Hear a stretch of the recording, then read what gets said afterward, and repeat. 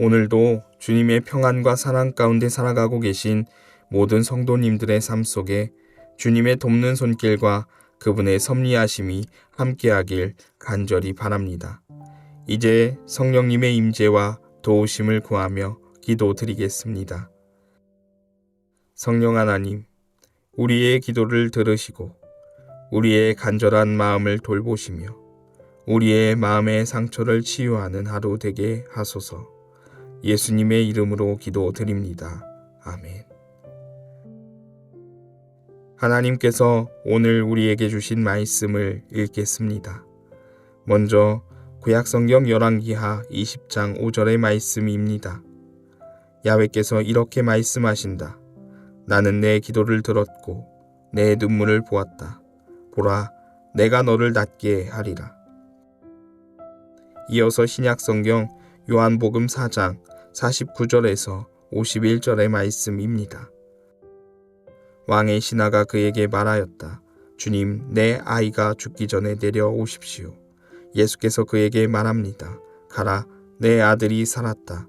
그 사람은 예수께서 그에게 하신 말씀을 믿고 갔다. 그가 아직 내려가고 있을 때 종들을 만났는데 그들이 말하였다. 주인님의 아들이 살았습니다.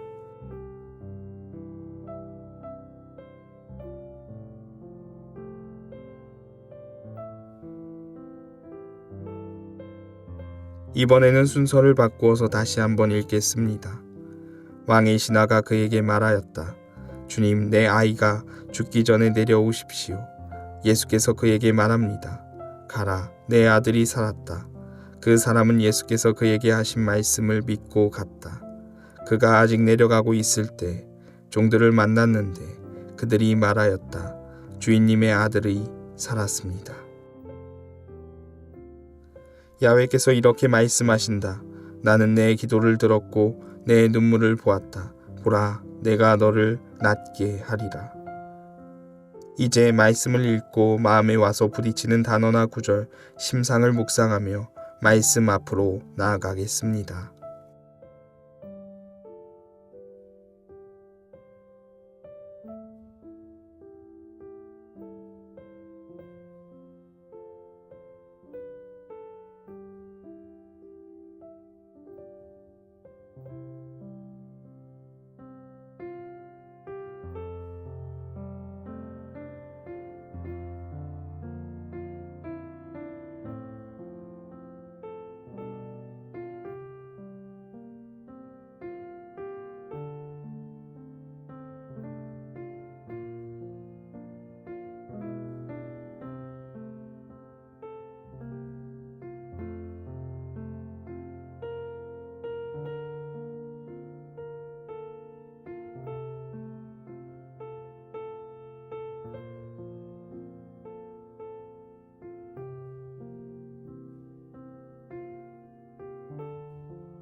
사랑하는 성도님들, 오늘도 주님의 사랑과 평안이 함께하고 계시지요.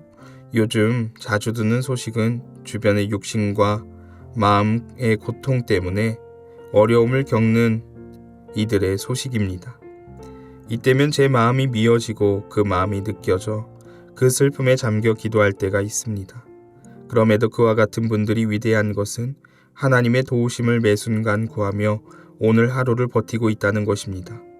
오늘 말씀에도 그와 같은 미어지는 고통 가운데 육신과 마음이 상해 있는 자들이 성경에 나옵니다. 한 사람은 히스기야이고 또 한 사람은 왕의 신하입니다.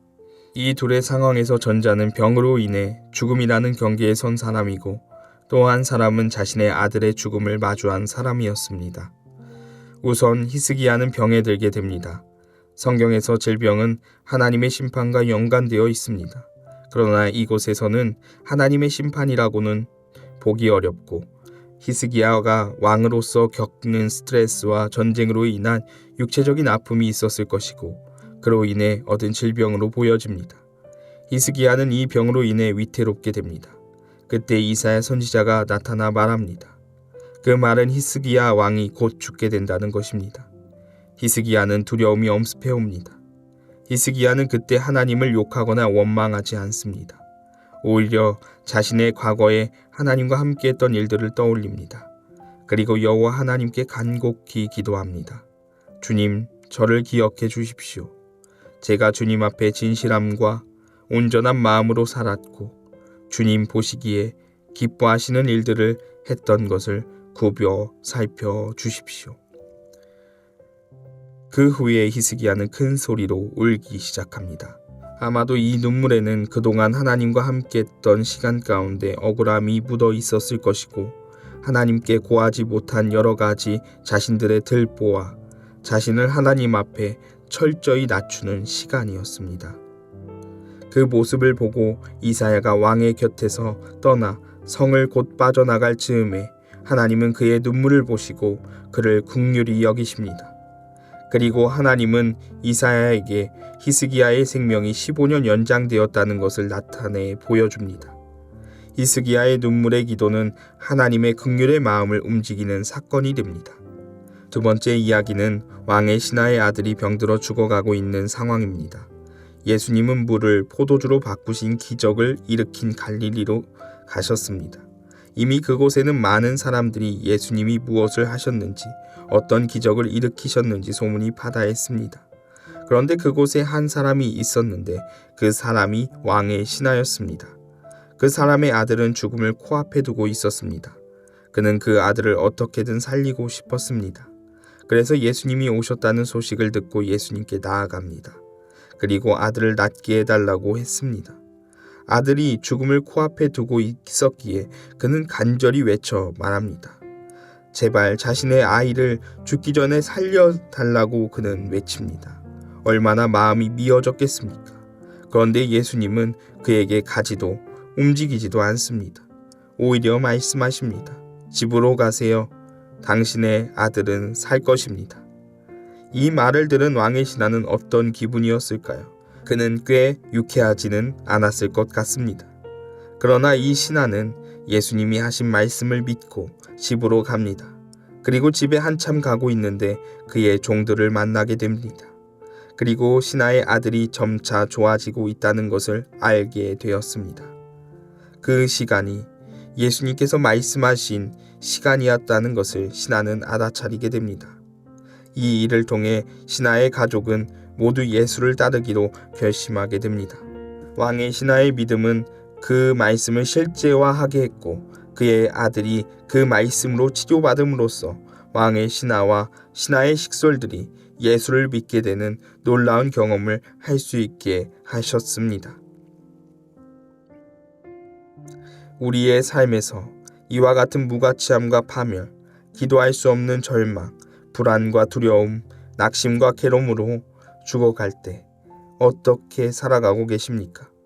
히스기야와 왕의 신하처럼 주님께 먼저 나아가 호소하십니까? 아니면 절망에 우리 자신을 내버려 두십니까? 주님께서는 곁에서 우리를 지키시며 말씀하십니다. 내 기도를 들었고 내 눈물을 보았다 라는 것입니다. 우리는 절망과 죽음이라는 위협 속에서도 주님을 의지하며 주님 앞에 나의 육체와 영적인 모든 것들을 맡겨드리는 삶 살아내기를 간절히 원합니다. 기도드리겠습니다. 주님, 저희의 육체적 고통과 영적인 절망의 상황을 회복하시고 주님의 은혜로 우리를 입혀주셔서 그와 같은 것들이 우리 자신을 사로잡지 않도록 도우시고 주님께 온전히 맡겨진 삶을 살아내는 오늘이 될 수 있도록 도와주옵소서. 예수님의 이름으로 기도드립니다. 아멘. 계속해서 말씀 가운데 잠잠히 머무르며 다음에 질문들을 통해 주님의 음성에 귀 기울여 보시기 바랍니다. 첫째, 우리의 주인 되신 주님 앞에 모든 것을 맡겨드리며 기도하고 있습니까? 둘째, 우리 주님이 우리의 연약한 마음을 위로하고 육체적인 고통을 치료하시는 분임을 믿으며 기도하고 있습니까? 이러한 질문과 말씀으로 묵상하도록 하겠습니다.